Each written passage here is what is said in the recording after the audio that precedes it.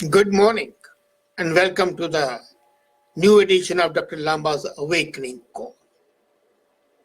We find that in this age of democracy, freedom, there are pockets of colonialism. And some of the countries are adopting a new way of colonialism, which is economic and military. But then let's not forget, always the flag followed the trade. India was enslaved by the East India Company. They came as traders and became as rulers.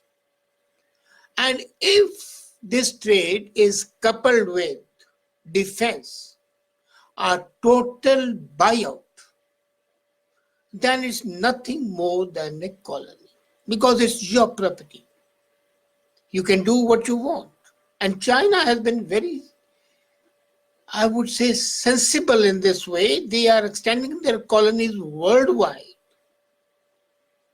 In one of my articles, I'm writing how European Union, in fact, is becoming an economic colony of China. And don't be shocked about that. That I'll be putting up today itself, the article. But I'm more concerned with what they've done in Africa.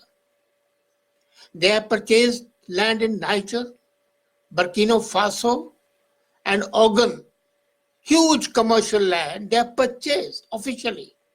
And not only commercial, but even agricultural land. 75,000 hectares they purchased in Niger. So that becomes the property. And otherwise, they are owning 95% of Gwadar port in Pakistan, a port in Sri Lanka, a port in Myanmar, that's Burma. So encircling India, but the aim is not only to encircle India. You remember last time I talked to you that as a counterpoise to the two blocks, the American-European bloc and the Chinese bloc, China-Russia bloc, India, Australia, Japan, and Israel were bringing up a quadrilateral. So China immediately saw that, and what they've done is they have already made investments in one town. They are making investments now in Nauru. But the latest news which came just last evening at about 8 o'clock, that they have entered into a secret agreement with Solomon Islands, and they are leasing an entire Pacific island. The residents are shocked. But then that is there. This island is a very strategic island, both from the military point of view and the navigation point of view. It controls the whole navigation to the Pacific, Australia, New Zealand, Asia, Europe. And what they have done is they have purchased this land. The island is called Tulagi. A very secret agreement was signed last month with the provincial government. And what happens is that the China has government organizations posing as private organizations.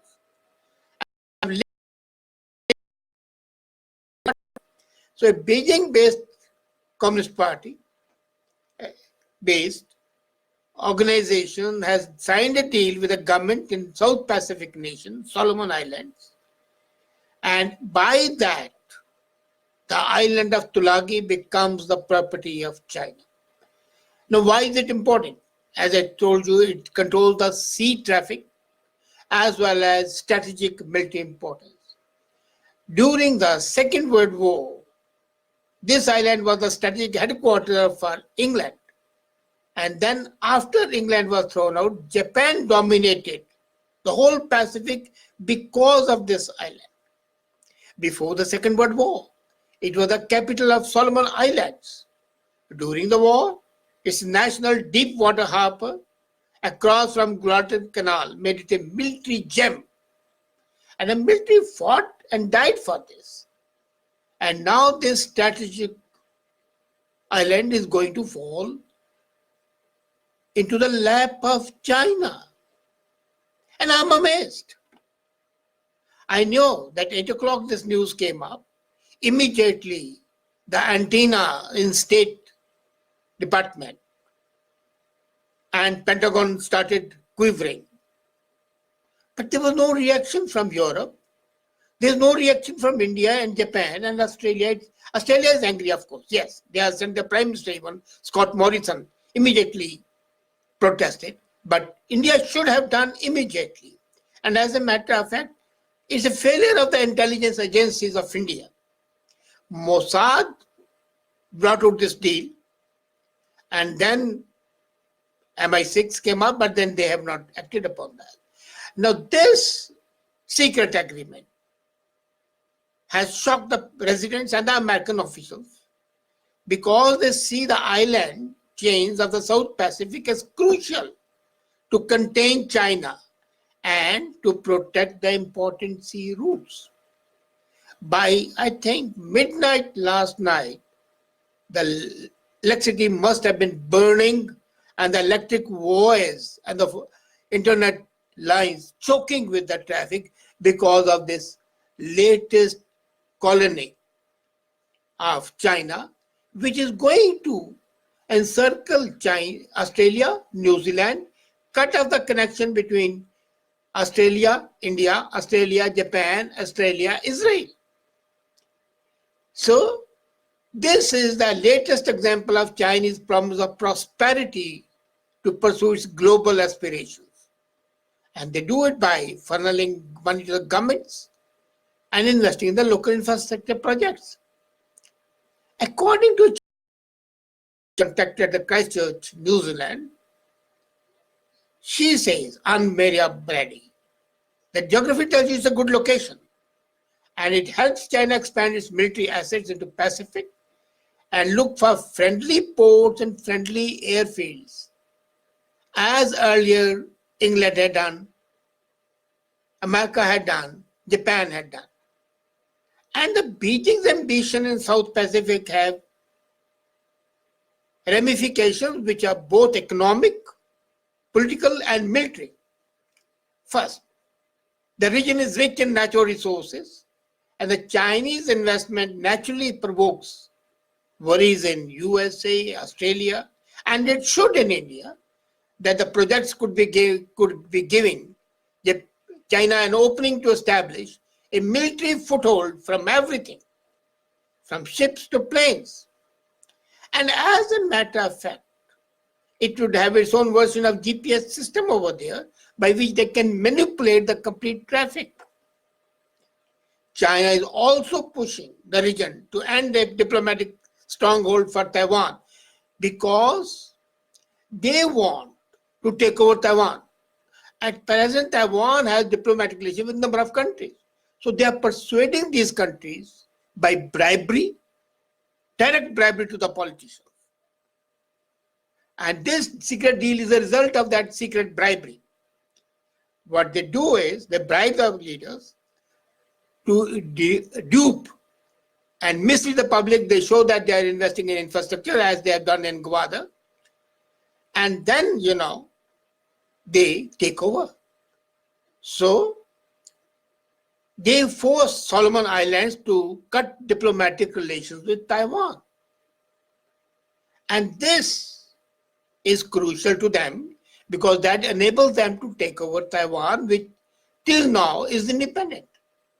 So Solomon Islands cut its ties to Taiwan just days before the Tulagi Day, because that time money reached.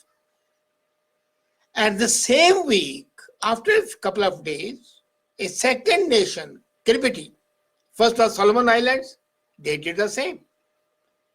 When compared to the other developments in nearby countries, again in Pacific, a wharf in Vanuatu, which terms are not released till today.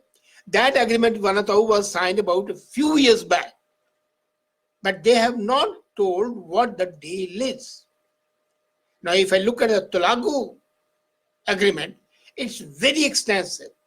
It's in both in scope and lack of public input. It's a 75-year lease to China. And the strategic cooperation agreement deals with, as in Vanuatu, that infrastructure that could share civilian and military use. This agreement was signed, secret agreement, on September 22, and includes a provision for a fishery base, an operations center, and a building or enhancement of the airport. Agreement also reveals that China is interested in building an oil and gas terminal. And these are the clear possibilities. But there is a second part of the agreement. We say that the government will lease all of Tulagi and the surrounding islands, so not only the island of Tulagi, but the surrounding islands, for the development of a special economic zone or any other, not specified. It can be, most probably it will be military, arms construction, suitable for the investment.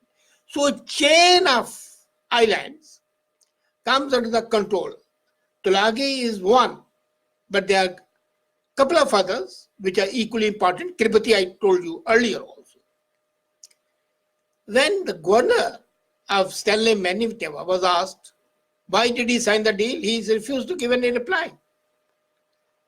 And he says very clearly that this is just a small nation, small island of 1,000 people in it. But they are outraged. They know that in fact they have become slaves of China. They cannot come in and leave the island without the permission of China. They have become basically the prisoners. And everyone is scared. Now comes the second part. Signed on September 22nd, leaked out yesterday, that is 15th of October, 3 weeks. And a military installation is already being built there, which has both strategic and symbolic significance. As a matter of fact, it's an echo of Chinese efforts before and during the World War II, when Japan had conquered these islands, but they were won back by America and Australian troops in really bloody battles. But China goes where there is value and interest. Now, Trump is pulling back. He wants all the nations to be independent. He wants to end the hegemony of USA, which is a good thing. Every nation has the right to be independent.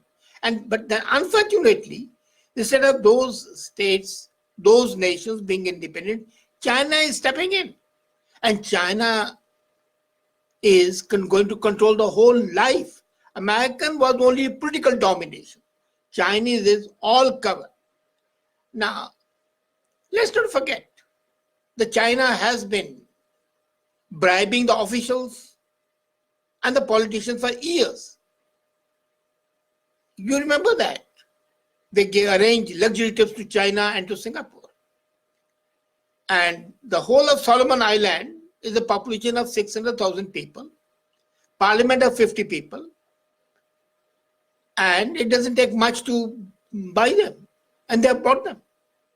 What worries me is that the new Chinese engagement, political and economic, in the Pacific is being lubricated by elite capture and corruption. And those people like Mir Jafars of India, Jai Chands of India, the traitors, are sacrificing the liberty of their people. The Prime Minister of Solomon Island, Sograve, visited China in the first week of October. 22nd of September, the agreement is signed. Military starts moving in. And in the first week of September, the Prime Minister of Solomon Island, whose province signed the deal, visits China. And he was very happy. And he met the officials of this party, this private party which purchased this island. This was a victory for Beijing. What happened was that American Vice President Mike Pence was supposed to meet Scott Morrison and Mansa Sograve, the Prime Minister of Solomon Islands. So Pence met Scott Morrison of Australia, but he did not meet Sograve because of this visit to China, which shows that USA is really annoyed with Solomon Islands for cutting ties with Taiwan. Scott Morrison earlier had visited Solomon Islands in June, and he had announced an infrastructure of $250 million. But that was not accomplished. The Vice President requested Mr. Sograve of Solomon Islands not to decide about cutting the ties, but he did. And the result was that they refused to meet each other, and Mike Pence cancelled the meeting with Sograve. So, die is set. Connections between Solomon Islands and USA at rock bottom. The Vice President cancels the deal, and you can be sure when he cancels the deal, it is with the consent of the President. So, can USA do anything? It's not too late in the game. Let's be very clear. As a matter of fact, one of the executives to Prime Minister of Solomon Islands, Philip Tagney, he was saying that they don't have a history with China, so they don't want to trust them. But they also know that when there were riots in 2006, and Sograve won with the help of Chinese business people who rigged the election and gave them money. So China's attempt was to have its henchmen, its paid people control, and they have done it. Now, once that is done, where is Quad? The quadrilateral third pole. One pole being America, USA, and European Union. The so-called Democratic Front. The other is the Communist combination, China, Russia, and their allies. The third was supposed to be India, Australia, Japan, Israel. The Australia being chalked off, can be chalked off anytime. What happens? Would the Quad be a trilateral agreement? Which is quite possible. But today, with this deal, even Japan would be cut off because the Pacific route will be controlled by China. So it's a very crucial situation. And it's up to the world body, like Security Council, and individual governments to rise up and tell China, stop it. Naturally, China obviously at the surface is not doing anything wrong. It's just buying land for infrastructure, and the private company is doing it. But China private companies are front for the government organizations. They're part of the communist structure. So this is a crucial happening, and it bodes ill for the world, and it is can be a real horror story for the world political order. Are the Mandarins in Ottawa, in Washington, in New Delhi, in Tokyo, and in Berlin listening? Let them wake up before it's too late. And the dragon encircles the world, and the whole world pays obedience to King Xi of China as a lord and super chieftain of the world, the super lord. I hope it doesn't happen.